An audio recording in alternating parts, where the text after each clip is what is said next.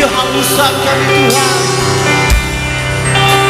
Telah nyatakan jalan-Mu bagiku,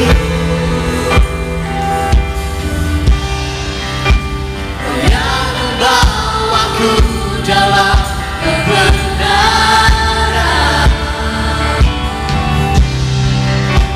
Engkau adalah juru selamatku, menantikan Engkau Yesus, Kau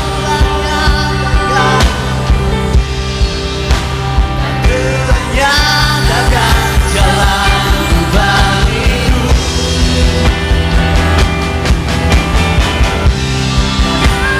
yang membawaku dalam kebenaran. Kau adalah juru selamatku, ku nyatakan Engkau Tuhan, Engkau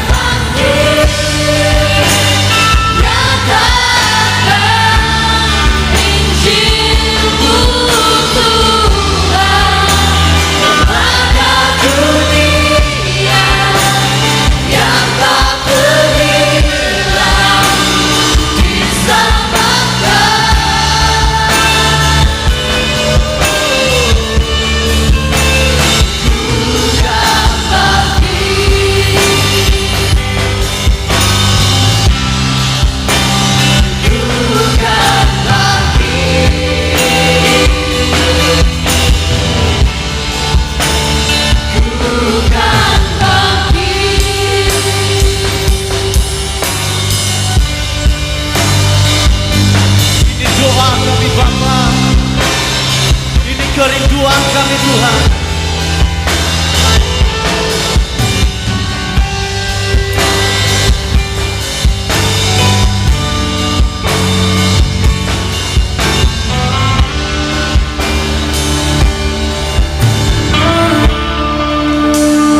Ku kan bangkit,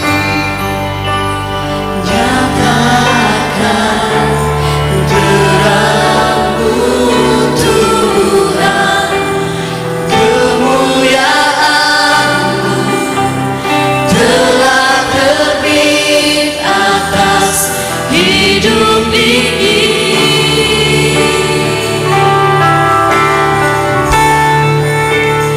Ku kan bangkit, nyatakan Injil-Mu Tuhan pada dunia yang telah terhilang, diselamatkan.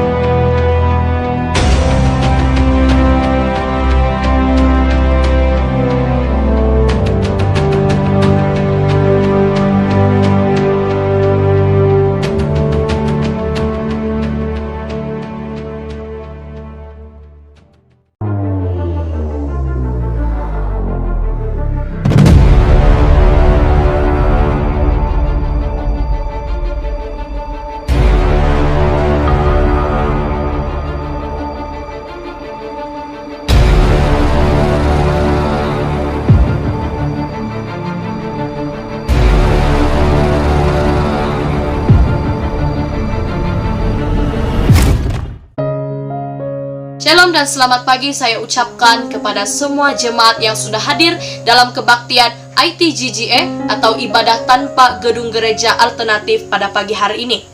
Bagi memulakan acara kita pada hari ini, saya ingin menjemput pembacaan ayat firman Tuhan.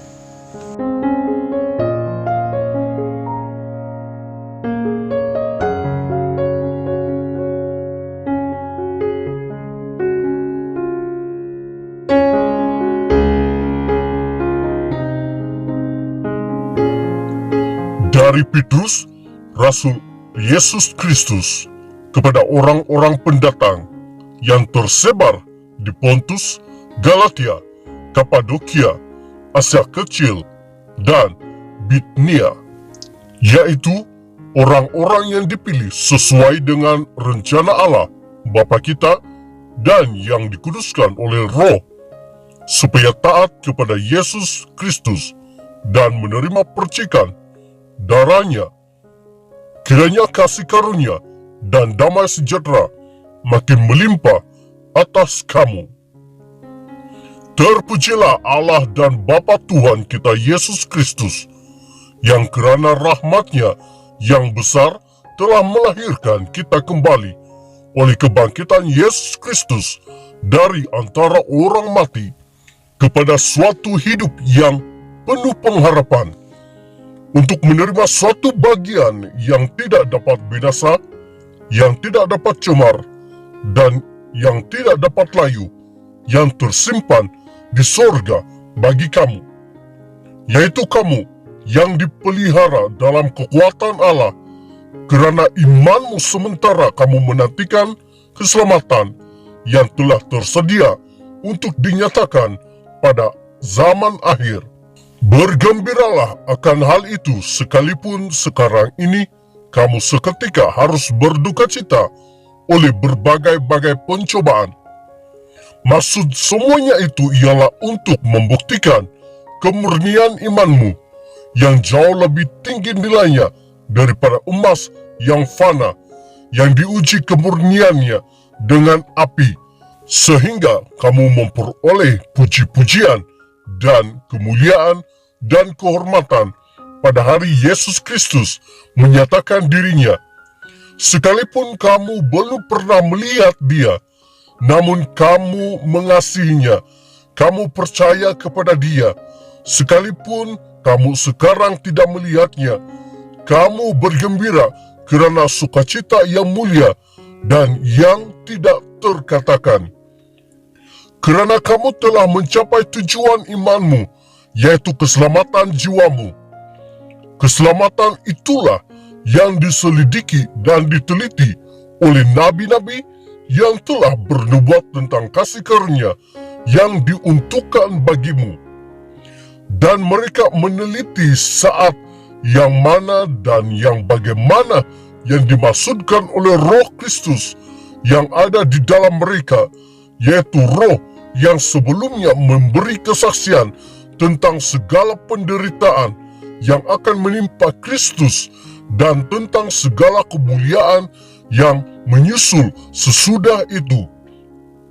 Kepada mereka telah dinyatakan bahwa mereka bukan melayani diri mereka sendiri, tetapi melayani kamu dengan segala sesuatu yang telah diberitakan sekarang kepada kamu dengan perantaraan mereka yang oleh Roh Kudus yang diutus dari sorga menyampaikan berita Injil kepada kamu, yaitu hal-hal yang ingin diketahui oleh malaikat-malaikat.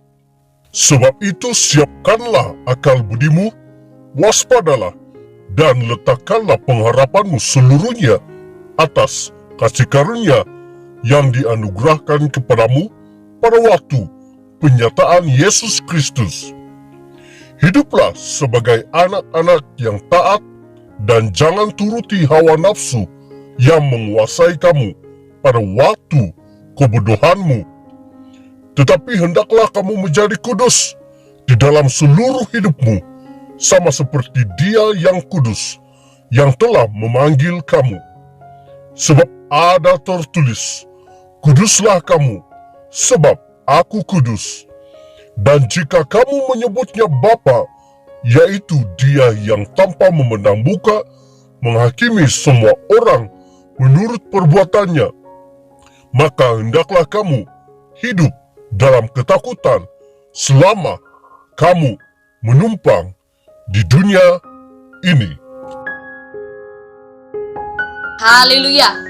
Mari kita sama-sama aminkan pembacaan ayat firman Tuhan sebentar tadi. Tanpa membuang masa, untuk membuka tirai ibadah kita pada pagi hari ini, saya ingin menjemput Pastor Lina untuk membawa kita dalam doa dan seterusnya menyatakan bahan-bahan doa yang perlu kita sama-sama doakan. Untuk itu, dipersilakan. Shalom dan selamat pagi.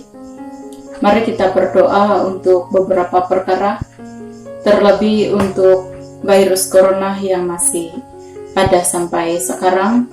Kita juga doakan semua jemaat di SIB Waang dan jemaat-jemaat di tempat yang lain, supaya meskipun dalam keadaan seperti ini, tidak semua boleh beribadah di dalam gedung gereja, tetapi mereka tetap berharap kepada Tuhan.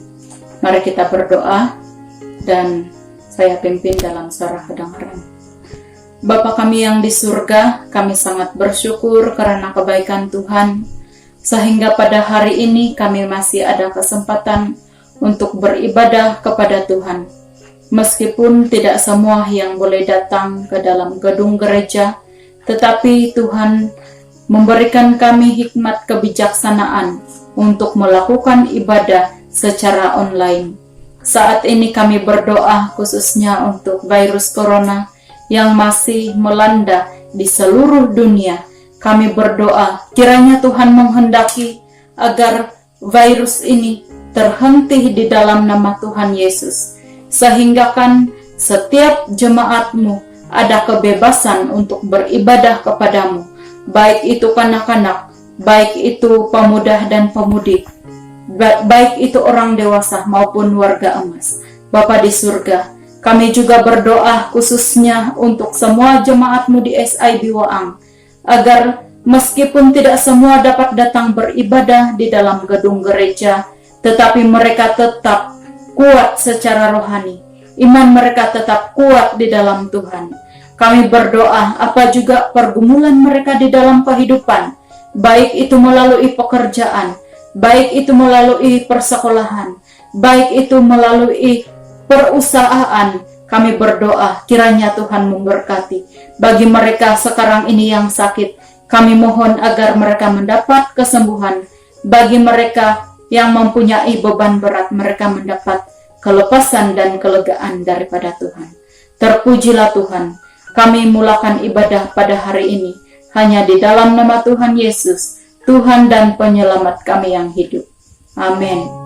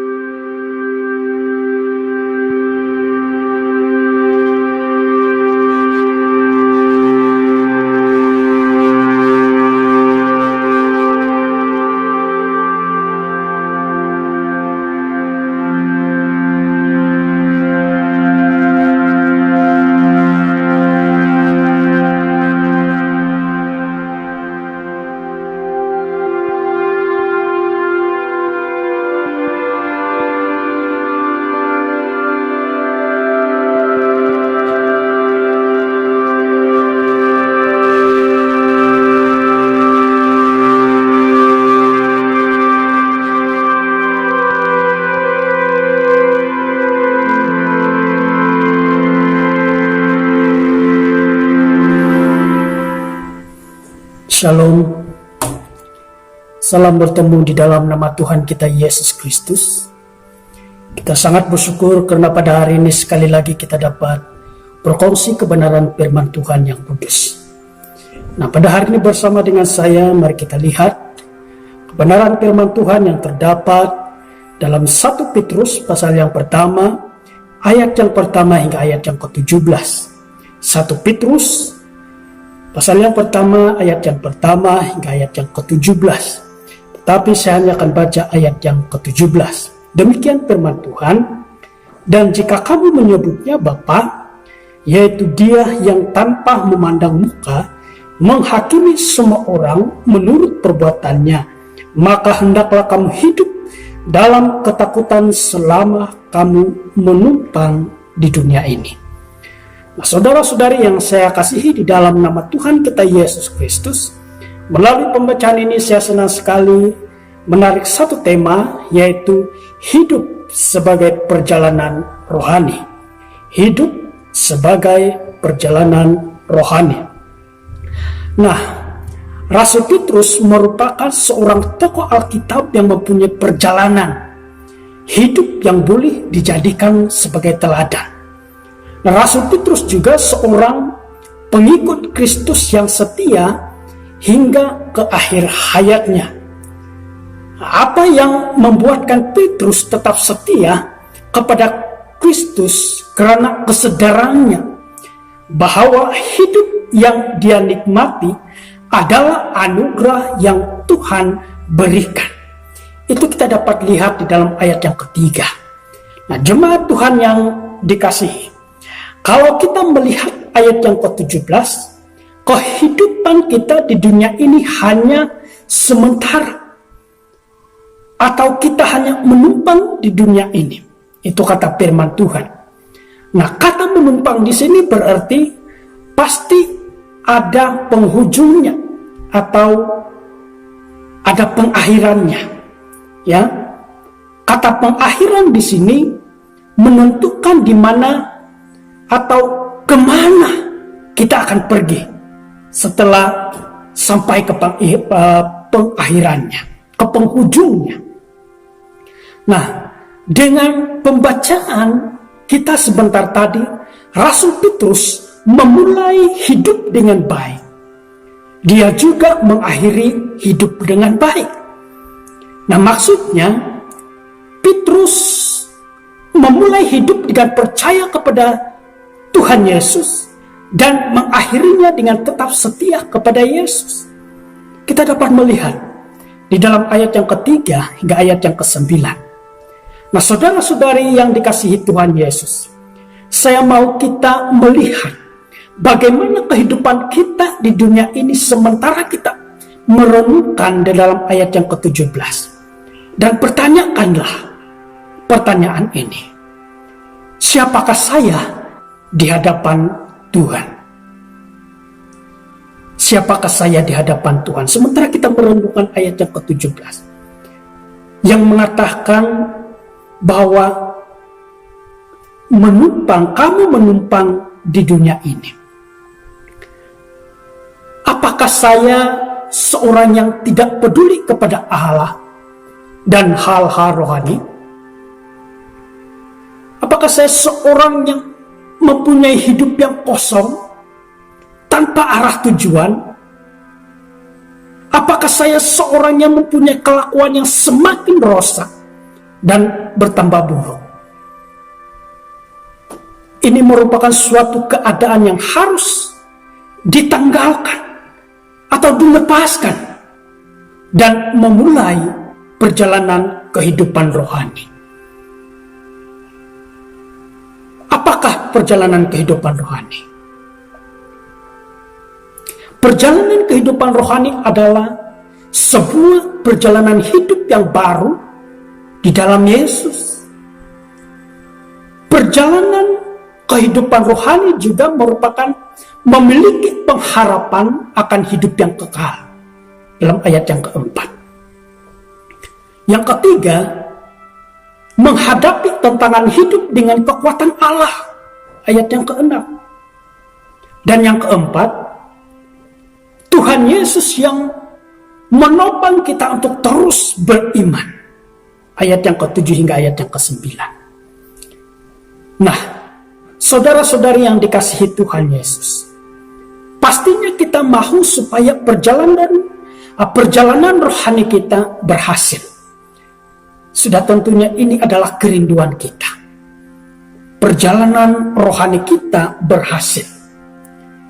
Oleh itu, mari kita lihat 5 tuntutan firman Tuhan agar perjalanan rohani kita berhasil.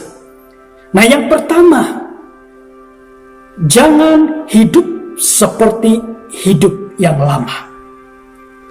Jangan hidup seperti hidup yang lama.